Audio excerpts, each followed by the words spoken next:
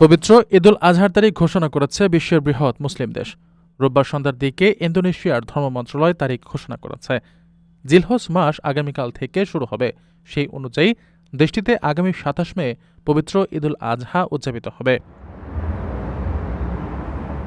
রোববার রাজধানী জাকার্তায় আয়োজিত চাঁদ দেখা কমিটির বৈঠক শেষে ধর্মমন্ত্রী নাসারউদ্দিন ওমর বলেছেন, চাঁদের হিসাব ও পর্যবেক্ষণ প্রতিবেদনের ভিত্তিতে সর্বসম্মতিক্রমে সিদ্ধান্ত হয়েছে যে ১৪৪৭ হিজরি সনের ১ জিলহজ হবে আগামী ১৮ মে। ফলে দেশে ঈদুল আজহা উদযাপিত হবে ২৭ মে। ইন্দোনেশিয়ার ৮৮টি ভিন্ন ভিন্ন স্থানে পরিচালিত নতুন চাঁদ দেখার ফলাফলের ভিত্তিতে ওই সিদ্ধান্ত নেওয়া হয়েছে বলে জানিয়েছেন তিনি। এর আগে সিঙ্গেল গ্লোবাল হিজরি ক্যালেন্ডার অনুসরণ করে ইন্দোনেশিয়ার অন্যতম বৃহৎ ধর্মীয় সংগঠন মোহাম্মদিয়াও বলেছিল আগামী ২৭ মে ঈদুল আজহা অনুষ্ঠিত হবে।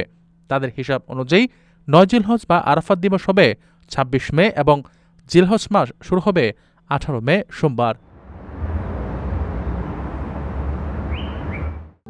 প্রবাসীদের জন্য নির্মাণ হচ্ছে দেশের প্রথম স্মার্ট সিটি, যেখানে থাকছে স্কুল, মসজিদ, হাসপাতাল, সুইমিং পুল, হেলিপ্যাড, পাঠাগার, জিম, সুপারমার্কেট, শিশু পার্ক সহ সকল নাগরিক সুবিধা।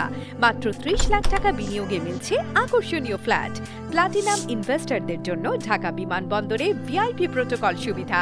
বিস্তারিত জানতে যোগাযোগ করুন স্ক্রিনে দেয়া হোয়াটসঅ্যাপ অথবা ইমো নাম্বারে।